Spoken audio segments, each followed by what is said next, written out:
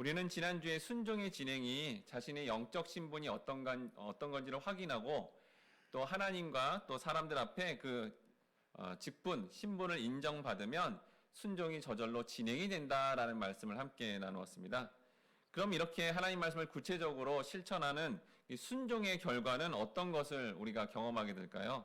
오늘 말씀을 통해 여러분 모두가 하나님 말씀을 이제 개인적으로 어떻게 무엇을 순종해야 될지를 정확하게 알아가시고 공동체 타인에 대해서는 어떻게 또 순종해서 나아가야 될지를 알고 실제로 행함으로 성경이 말씀하는 그 순종의 결과를 충만하게 경험하시는 우리 모든 성도님들 되시길 주님의 이름으로 축원합니다. 첫 번째로 따라합니다. 순종의 결과는 자신의 죄와 철저히 싸워 천국을 경험하는 것입니다. 루키 3장 14절 말씀 1번 했는데 같이 읽어보도록 하겠습니다. 시작. 룻이 새벽까지 그의 발자취에 누웠다가 사람이 서로 알아보기 어려울 때에 일어났으니 보아스가 말하기를 여인이 타작 마당에 들어온 것을 사람이 알지 못하여야 할 것이라 하였음이라. 본문이 새벽 해 뜨기 전에 더 이른 시각에 이 시간은 이 가까운 사람을 알아볼 수 있는 그런 환하게 밝혀진 시간을 말합니다. 이는 룻이 보아스 발치에서 날이 밝기까지 이렇게 누웠다라는 것은 이 보아스가 이 연약한 여인에게 대해서 어떤 불미스러운 접촉을 하지 않았다라는 것을 강조하고 있습니다. 보아스 입장에서는 자신이 율법 앞에서 최선을 다해서 죄를 짓지 않도록 노력하는 모습을 보여주고 있는 거죠.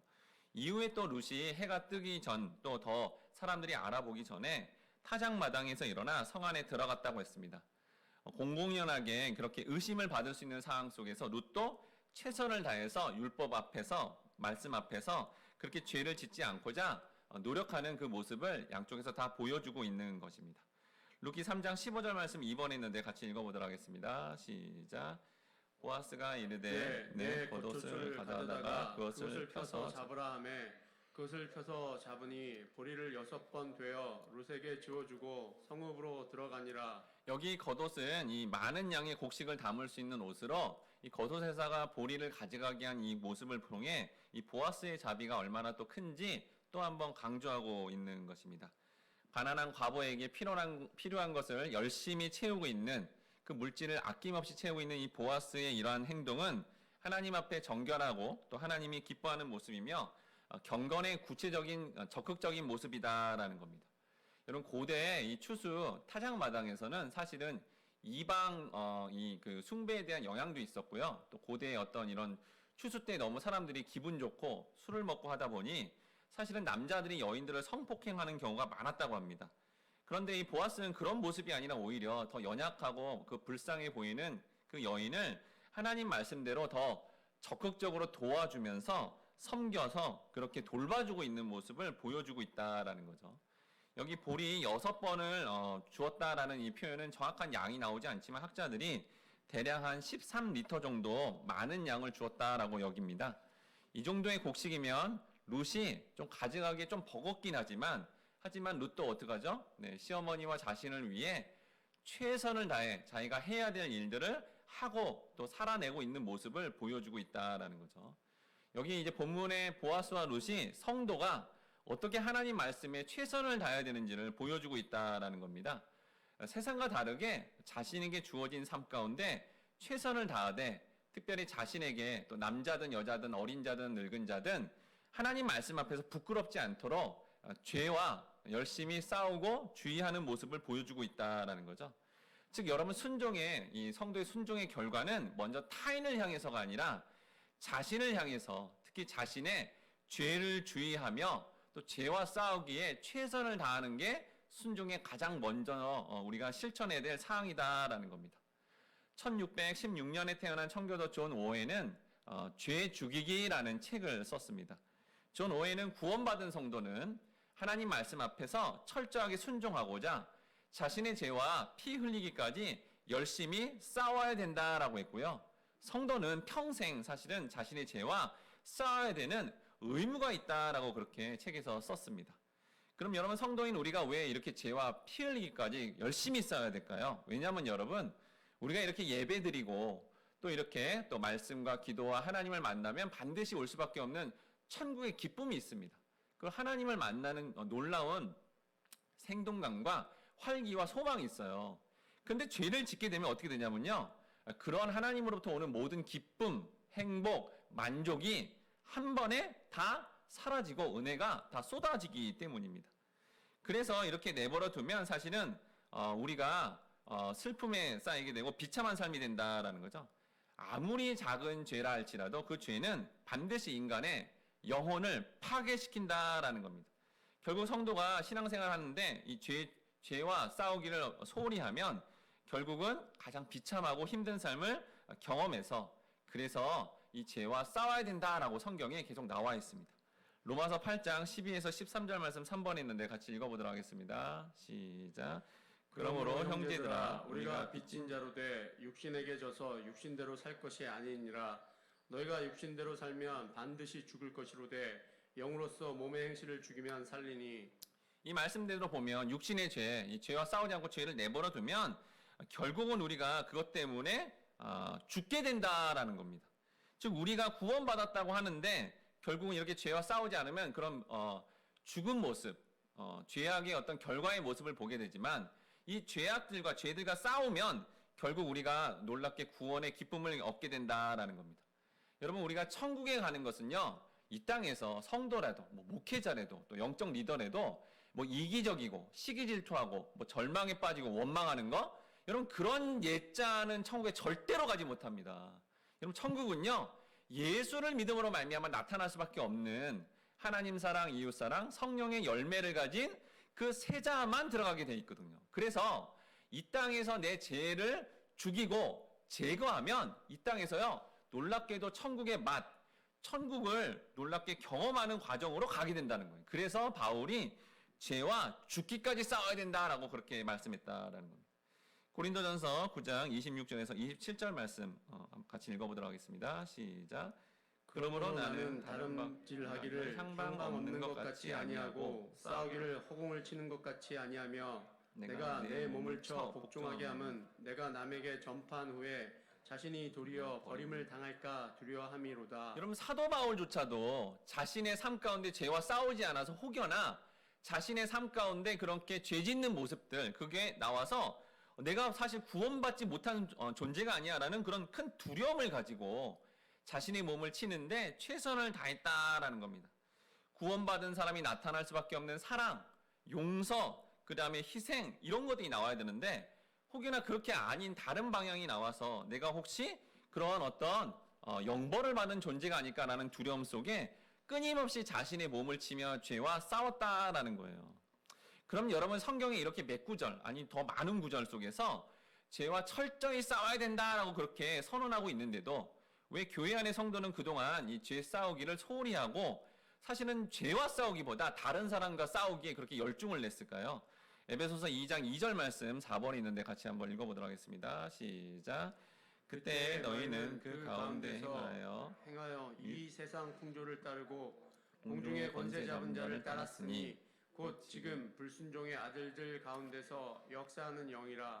이 시대에 여러분 기독교인들이 자신의 죄와 열심히 싸우기보다 다른 이들과 싸우고 또 이렇게 세상의 물결이 왔는데도 전혀 싸우지 않은 이유는 이 에베소의 말씀을 통해 세상의 풍문에 영향을 받았기 때문이다라는 겁니다. 여러분 이 시대를 관통하는 세상의 풍문이 있으니 그걸 바로 시대정신이다라고 합니다. 여러분 우리나라도 그렇고요. 동양권도 그렇고 서구권도 지금으로부터 한 100여 년 전에는 전부 신적 존재를 인정하고 또 그 신적 존재를 인정하는 사실은 영적 세계의 가치를 굉장히 중요하게 여기면서 삶으로 받아들이고 그렇게 살았습니다. 하지만 이제 100여 년 이후에 과학기술이 굉장히 발달하고요.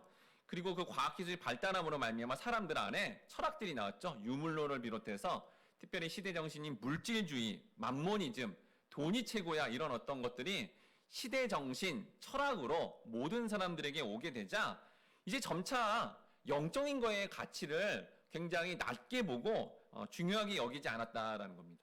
이런 물질주의가 또 교회 안까지 들어와서 교회조차도 또 이 안에 성도들조차도 이런 신앙생활도 물질로 계측이 되는 그리고 눈에 실제 보이고 경험되는 것만 중요하게 여기려고 하는 거 바로 이게 바로 물질주의인데 이 물질주의에 젖어 있다 보니 그런 게 와도 싸우지도 못하고 오히려 착각해서 이 물질 이렇게 준 게 하나님 복 아니야? 그러면서 착각하며 그것을 좋은 것으로 여기는 것이 바로 기복주의였다라는 거예요. 우리가 말씀을 통해 이제 이런 것들을 분별했다면 우리는 분명히 이제 성경이 말하는 대로 그 말씀이 선언되는 대로 최선을 다하며 살아야 되는 것입니다. 골로새서 3장 1절에서 5절 말씀, 이런 시대정신인 물질주의와 이런 것을 벗어난 자는 그럼 도대체 뭘 열심히 하며 살아야 되는지 나와 있는데 같이 한번 읽어보도록 하겠습니다. 시작. 그러므로 너희가 그리스도와 함께 다시 살리심을 받았으면 위의 것을 찾으라. 거기는 그리스도께서 하나님 우편에 앉아 계시느니라.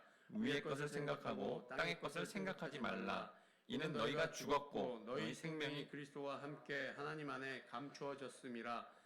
우리 생명이신 그리스도께서 나타나실 그때에 너희도 그와 함께 영광 중에 나타나리라. 그러므로 땅에 있는 지체를 죽이라. 곧 음란과 부정과 사욕과 악한 정욕과 탐심이니 탐심은 우상 숭배니라. 자, 이런 세상의 풍문을 분별할 수 있는 자는 이제 분명히 뭐에 힘써야 돼요? 위의 것을 찾는 거. 위의 게 뭔데요? 말씀, 기도, 예배, 이러한 하늘의 위의 것을 찾는 거에 중요한 삶의 가치를 두고 최선을 다하라라는 겁니다. 또한 땅의 것에 해당되는 음란, 부정, 사욕, 정욕, 탐심 등을 죽이는 일에 최선을 다해야 된다는 거죠. 그래서 성도가 바쁘게 살아야 된다는 겁니다. 하늘의 것도 열심히 찾고 매일매일 일어나는 자기의 죄와도 열심히 싸워야 되는 그런 열심과 특심으로 살아야 되는 게 성도의 삶이다라고 사도 바울이 말하고 있다는 거죠. 그러면 구체적으로 우리는 이러한 죄에서 어떻게 벗어나고 이렇게 벗어나는 어떤 그 순종의 삶을 살 수 있을까요? 히브리서 12장 1절 말씀 5번 있는데 같이 읽어보도록 하겠습니다. 시작. 이러므로 우리에게 구름같이 둘러싼 허다한 증인들이 있으니 모든 무거운 것과 얽매이기 쉬운 죄를 벗어버리고 인내로써 우리 앞에 당한 경주를 하며. 여러분, 사실 죄와 싸우고 벗어나자고 하지만 이 말씀처럼 사실 우리는 죄에 얽매이기 쉽습니다. 목회자부터 순장님부터 영적 리더까지 우리가 육체를 입은지라 사실은 죄와 너무 잘 맞아서 벗어나기 힘든다는 거예요. 우리 안에 여러분 옛자와 바깥에 더러운 영, 악을 증폭하는 영이 이렇게 결탁하면 반드시 일어날 수밖에 없는 중독 현상, 사실은 여러분 누구도 벗어날 수 없다는 겁니다. 특별히 예수님이 오시기 전, 여러분 구약시대 마지막 말라기나 이런 선지자가 있었던 그 시대는 암흑기였어요. 이런 정말 내면의 옛자와 바깥의 시대정신에 해당되는 이 바깥의 더러운 영이 이렇게 붙어버려서 사실은 이스라엘 마지막 역사는 정말 내내 암흑의 역사였습니다. 아무도 그런 중독과 어둠의 눌림 가운데 벗어날 수 없었다라는 거죠. 하지만 여러분, 신약시대가 되어서 예수님이 이 땅에 오시자 그 예수님을 믿으면 오늘날에도 마찬가지예요. 여러분, 중독 중에 정말 벗어나기 힘든 중독이 술, 알코올 중독이고요, 담배, 니코틴 중독입니다.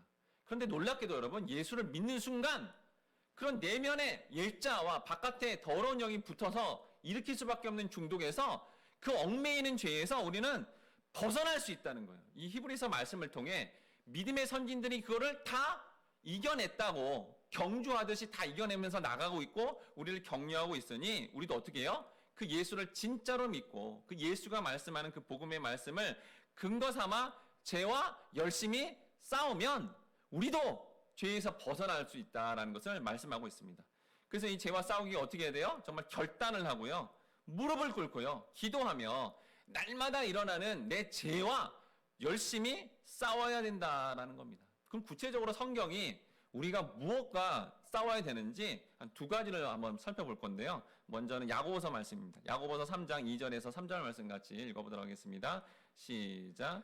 우리가 다 실수가 많으니 만일 말에 실수가 없는 자라면 곧 온전한 사람이라 능히 온 몸도 굴레 씌우리라. 우리가 말들의 입에 재갈 물리는 것은 우리에게 순종하게 하려고 그 온 몸을 제어하는 것이라. 여러분, 아무리 성숙한 성도라도 말에 실수가 없을 수 없다라는 거죠. 말을 하는 순간 여러분, 우리 안에 있는 죄가 마치 시한폭탄처럼 더 폭파해서 죄가 확산되니 야고보 사도가 뭐라 그래요? 타인을 향해서 말을 하지 말아라 라고 명령했다는 거예요. 즉 우리는 이 말씀을 통해 뭘 다짐해야 돼요? 영적인 벙어리가 되겠다고 다짐해야 된다는 겁니다. 그래도 여러분, 타인에게 말을 하고 싶으면 어떻게 말을 해야 되냐면요, 내 입술이 먼저 기도해야 됩니다. 기도의 입술이 되면 그때 말해야 되는 거예요. 또한 어떨 때 말해요? 말씀의 원리를 생각하고 말해야 된다는 거예요. 만약에 내 입술이 기도의 입술이고 그 다음에 말씀의 입술이다. 여러분 기도의 또 말씀의 입술인데 누구는 막 적나라하게 비판하거나 뭐 이렇게 할 수 없잖아요. 그런 것처럼 내 입술이 기도의 입술, 말씀의 입술이 되면 그때는 열심히 말하시고 그게 아니다. 그럼 일단 말하지 말라라는 거예요.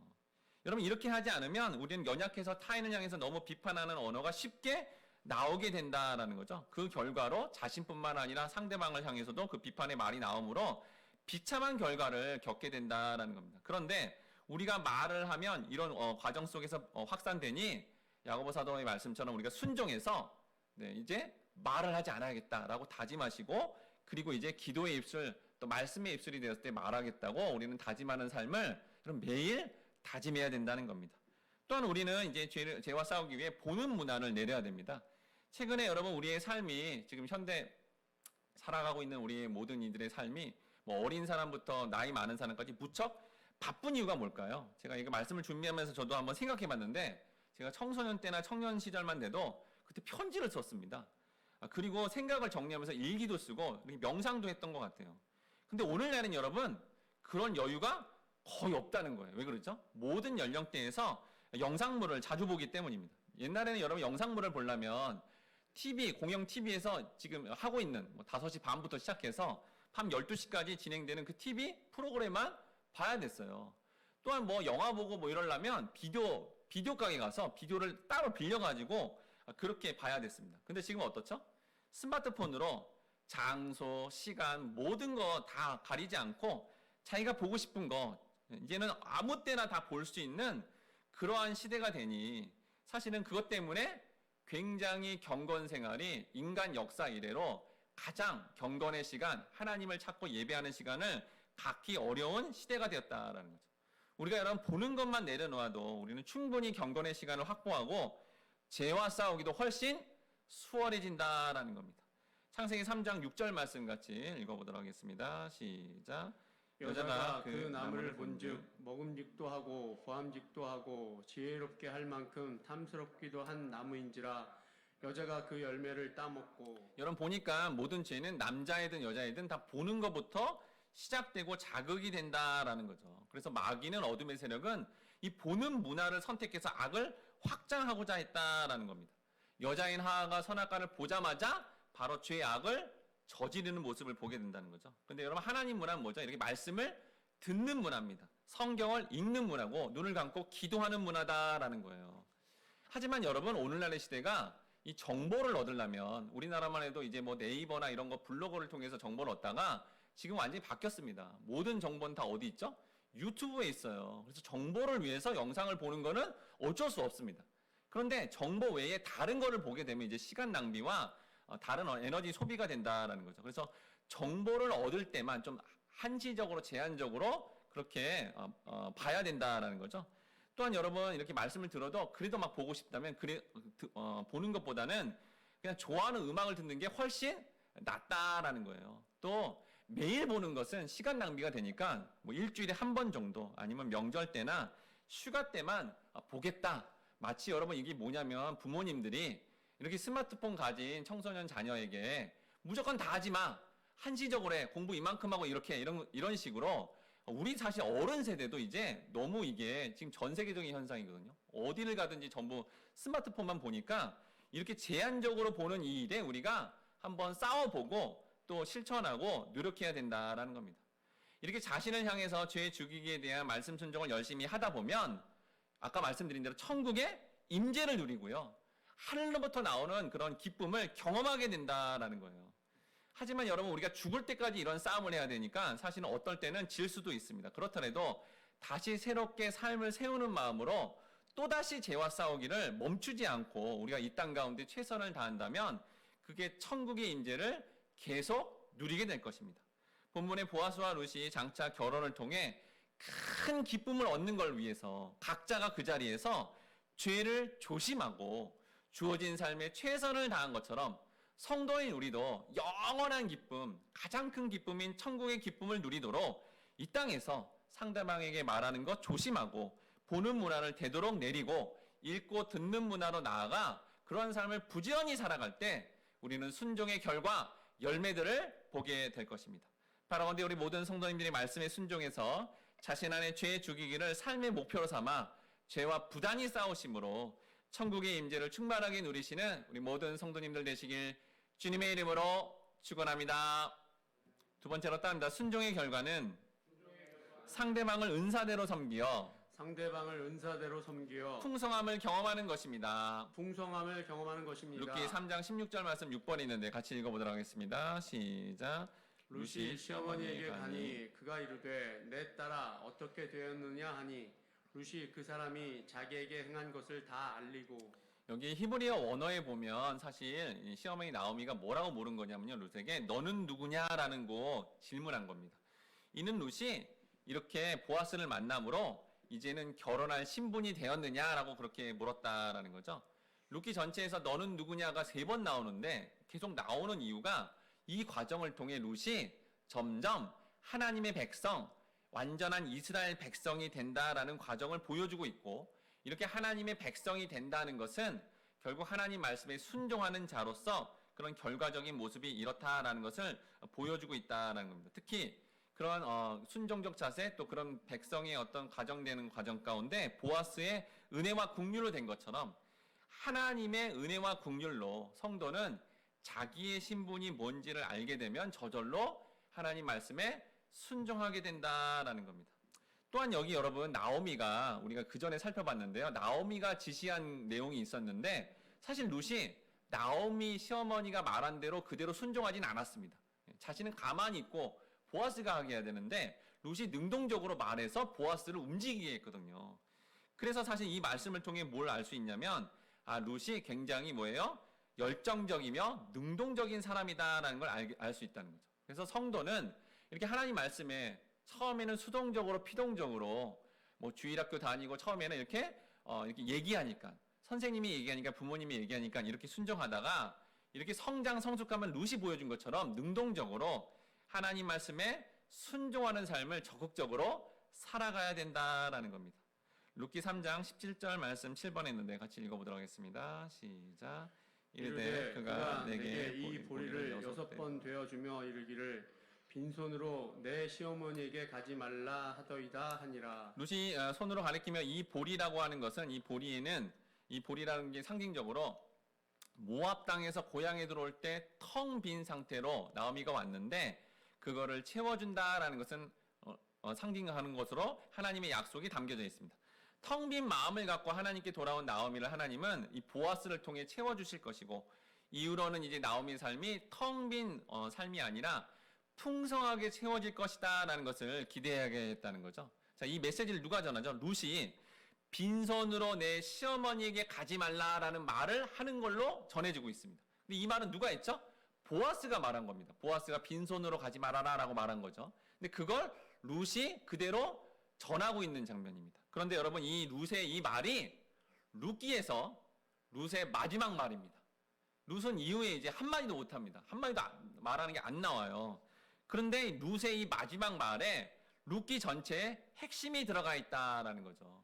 여러분 우리가 1장부터 살펴봤듯이 나오미와 지금 룻 자체가 텅 비었고 빈손이었습니다.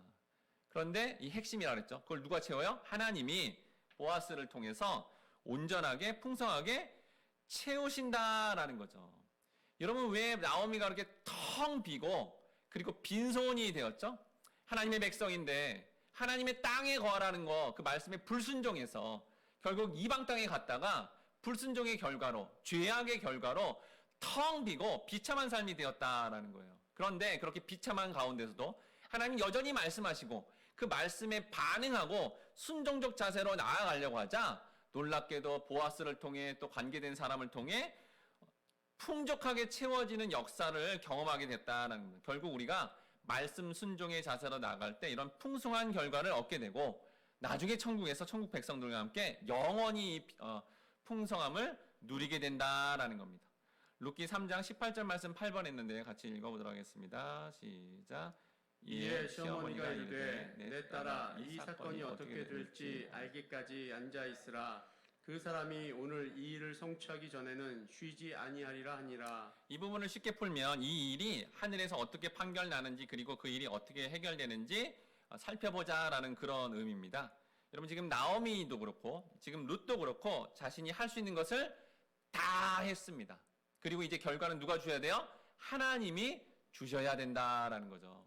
여러분 이제 삶을 한번 생각해 보세요. 여러분 아까 1대제에 나눴던 개인이 하나님 말씀에 순종하고자 보는 무라를 내리고 그리고 또 어떻게 해요? 이렇게 말하는 걸 주의하자. 이렇게 하면 효과를 금방 봐요. 여러분 개인이 할 수 있는 거, 자기 주어진 어떤 영역 안에 학생으로서 열심히 공부하는 거, 목회자로서 뭐 말씀을 열심히 준비하고 전하는 거, 목양하는 거, 뭐 이런 거 모든 거 있죠. 그런 거는 개인적으로 열심히 하면 그냥 자기가 할 수 있는 것들은 열심히 하면 효과를 금방 봅니다. 그런데 여러분 두 번째 대지에 해당되는 타인을 향해서 열심히 한다고 효과를 보나요? 다른 사람을 섬긴다고 열심히 선물 주고 열심히 뭐 이렇게 일을 해주면 그 사람이 항상 고마워요 감사해요 하면서 그런 효과를 잘 볼 수 있나요? 그렇게 안 된다는 거예요. 여러분 타인에 대한 것, 공동체에 대한 것은 하나님이 역사해야 됩니다. 여기 이 말씀처럼요. 여러분 다른 사람에게도 열심히 해봐야 오해 살 수 있고요. 열심히 섬겨도 오히려 더 이렇게 핀잔 들을 수 있습니다. 그래서 인간관계 가운데 또 환경 가운데 열심히 노력한 만큼이 아닌 하나님의 절대 주권하에서 주어져야만 그때 우리는 순종의 결과를 경험하게 된다라는 겁니다. 우리가 이렇게 정말 최선을 다하고 하나님께 완전히 맡기고 그 기다리는 자세로 살아가야 된다라는 거죠. 요한복음 5장 17절 말씀 9번에 있는데 같이 읽어보도록 하겠습니다. 시작. 예수께서 그들에게 이르시되 내 아버지께서 이제까지 일하시니 나도 일한다 하시매. 네, 예수님조차도 이렇게 아버지 하나님이 열심히 일하는 것을 보고 자신도 열심히 최선을 다하고 이제 그 마지막 결과는 다 주님께 있다라는 겁니다. 그럼 우리가 여러분 자신을 향해서는 죄를 죽이는데 최선을 다해야 되고 타인과 공동체를 향해서는 어떤 최선을 다해야 될까요? 에베소 4장 11절 말씀 같이 읽어보도록 하겠습니다. 시작. 그가 어떤 사람은 사도로, 어떤 사람은 선지자로, 어떤 사람은 복음 전하는 자로, 어떤 사람은 목사와 교사로 삼으셨으니. 자, 여러분 타인을 향해서 어떻게 우리가 섬겨야 돼요? 은사대로 섬기다라는 거예요. 성도는 하나님이 주신 은사, 그 선물로 주신 재능을 가지고 하나님의 일을 열심과 최선을 다하라라는 겁니다. 이 개념은 지난주에 말씀드린 것처럼 타인을 향해서 아무것도 하지 마, 아무것도 하면 안 돼 라는 하나님 말씀의 그 개인적인 계획이 아닌 하나님이 주신 선물 은사대로는 열심과 최선을 다해서 내 계획과 내 생각대로가 아닌 방향으로 열심히 타인들을, 주변의 사람들을 섬기다라는 그런 말씀입니다. 그럼 우리가 여러분 하나님께 받은 은사를 확인하고 타인과 공동체에 무엇을 위해 그럼 최선을 다해서 이렇게 섬겨야 될까요? 로마서 6장 23절 말씀 같이 읽어보도록 하겠습니다. 시작. 죄의 싹은 사망이요 하나님의 은사는 그리스도 예수 우리 주 안에 있는 영생이니라. 그러니까 여러분 하나님께 받은 그런 은사를 가지고 우리가 열심히 섬기는데 그 결과가 뭐가 나타나야 된다는 거예요. 여기 보니까 영생, 하나님의 구원이 나타나야 된다는 거예요. 그러니까 여러분 타인을 섬기는데 만약에 내가 막 열심히 섬겼어요. 그런데 그 사람이 나한테 이렇게 뭐 칭찬해 주거나 인정해 주면 그건 여러분 은사대로 섬기는 게 아닙니다. 타인을 향해서는 하나님께 은사대로 받은 재능대로 그냥 섬김으로 말미암아 이것이 하나님의 구원입니다. 하나님이 하신 겁니다. 라는 나타나는 역사가 일어나야 그게 타인을 향한 선한 행위가 된다는 거예요. 여러분 그 분별을 해야 된다는 겁니다. 여러분 이게 실제로 해봤는데 내 계획과 내 생각대로 했는데 그 섬김을 통해서 다른 사람이 나를 칭찬하고 있고 인정한다면 여러분 그거는 성경이 말하는 타인을 향한 섬김이 아니다라는 거예요. 그때 뭐라고 해야 되죠? 이거 아닙니다 라고 얘기해야 된다는 거예요. 그런데 하나님 주신 은사대로 섬김으로 이게 하나님의 구원이군요. 이게 하나님이 일으킨 거군요 라는 그런 자기의 의가 아닌 하나님의 영광, 하나님이 구원이 이루는 이 과정으로 우리는 최선을 다해서 다른 사람을 섬겨야 된다라는 것을 성경이 강조하고 있다는 겁니다. 그럼 여러분 성도가 왜 이렇게 은사로 타인을 향해서 최선을 다해서 그렇게 섬겨야 될까요? 에베소 4장 13절 말씀 10번에 있는데 같이 읽어보도록 하겠습니다. 시작. 우리가 다 하나님의 아들을 믿는 것과 아는 일에 하나가 되어 온전한 사람을 이루어 그리스도의 장성한 분량이 충만한 데까지 이르리니. 여기 말씀에 이르리니라는 단어는 원어적으로 획득하다라는 겁니다. 여러분 놀랍게도 우리가 이미 구원을 받았다고 하는데 사도 바울은 뭐라 그래요? 완전한 구원, 완전한 분량에 이르는 구원을 우리가 획득하도록 우리의 삶 가운데 최선을 다해야 된다라는 거예요. 여러분 이걸 신학적으로 뭐라 그러냐면 이미 구원받은 상태이나 아직 완전한 구원에 이르지 못하는 구원의 거룩한 긴장 상태라고 이제 저희 교단 신학대학원에서도 이렇게 교수님들이 정리를 한 겁니다. 왜냐하면 성경에 이미 구원받았어 하는 말씀도 나오는데 놀랍게도 아직 구원에 이르지 않은 표현들이 나오기 때문이에요. 그 대표적인 구절이 유다서 1장 20절에서 21절 말씀입니다. 같이 읽겠습니다. 시작. 사랑하는 자들아 너희는 너희의 지극히 거룩한 믿음 위에 자신을 세우며 성령으로 기도하며 하나님의 사랑 안에서 자신을 지키는 영생에 이르도록 우리 주 예수 그리스도의 긍휼을 기다리라. 여러분 보세요. 말씀해 보세요. 우리가 구원받은 자인데 뭐라 그러죠? 영생에 이르도록. 영생이 아직 안 이뤘어요. 완전한 영생이. 그리스도 예수의 긍휼을 기다리라라는 거예요. 믿음으로 분명히 우리는 구원받은 성도인데 그런 성도라는 존재가 되었다면, 그런 신분이 되었다면 이제는 적극적으로 개인적으로는 자신의 죄와 매일매일 싸우고 또한 이렇게 주님의 영생이 뭔지 구원이 뭔지 다른 사람들에게 나타낼 수 있는, 그 구원을 나타낼 수 있는 섬김의 삶이 나타나야 된다. 이게 바로 구원받은 자의 모습이다라고 강조하고 있다라는 겁니다. 에베소서 4장 12절 말씀 같이 읽겠습니다. 시작. 이는 성도를 온전하게 하여 봉사의 일을 하게 하며 그리스도의 몸을 세우려 하심이라. 성도가 다른 사람을 향해서 온전하게 봉사를 하는 것은 그리스도의 몸인 교회를 세우고요. 하나님 나라를 확장해서 하나님의 구원이 무엇인지 보여주는 삶을 반드시 살아내야 된다라는 겁니다. 즉 정리하면 이렇습니다. 우리가 하나님께 받은 은사를 가지고 말씀에 순종하게 되면 하나님이 반드시 그 일을 통해서 활용하셔서 구원받은 성도로 하여금 하나님의 구원이 나타나는 그런 놀라운 역사가 일어나고 그게 나타나면 어떻게 돼요? 주변의 사람들이 다 풍성한 만족과 행복을 누리게 된다라는 거예요. 오늘 본문에 여러분 룻이 철저하게 그런 하나님 주신 말씀 또 나오미의 말에 순종한 결과 자신과 시어머니가 당장 먹을 수 있는 보리 6번을 받은 그 13리터의 풍성한 곡식을 먹게 되고 이후에 이렇게 영원한 기업에 해당되는 보아스가 기업 무릇자가 되어서 결혼하면 죽는 날까지 그 풍성함이 끊어지지 않는 놀라운 풍성함을 경험하게 됩니다. 그래서 이제 우리 성도는 3가지 일에 최선을 다해야 되는 거예요. 하나님이 약속하신 이 풍성함을 뭘로 약속했죠? 말씀을 통해 약속했죠? 그래서 우리는 첫 번째 어떻게 해요? 순종의 자세로 나갈 때 이 말씀을 열심히 배우고요. 알려고 하고요. 또한 전하는데 최선을 다해야 된다는 겁니다. 두 번째 어떻게 해요? 이제 자신과 어떻게 하라고요? 자신의 죄와 매일 부단히 싸우며 살아가서 이 땅에 살지만 천국의 맛, 천국의 임재를 누리고 살아야 된다는 거예요. 마지막으로 하나님이 각자에게 주신 그 은사대로 주변의 사람들을 섬김으로 반드시 나타날 수밖에 없는 주님의 구원을 모두가 경험함으로 풍성한 만족을 누려야 하겠습니다. 실제로 이런 주의 말씀에 순종하자 이 풍성한 것을 충만하게 누린 제자들의 고백과도 같은 전능하신 나의 주 하나님 함께 찬양하며 우리가 말씀을 순종해서 이 땅 가운데 그 하나님이 일으키는 놀라운 순종의 결과를 경험하고 그 순종의 결과를 드러내는 삶을 살기를 다 함께 다짐하도록 하겠습니다.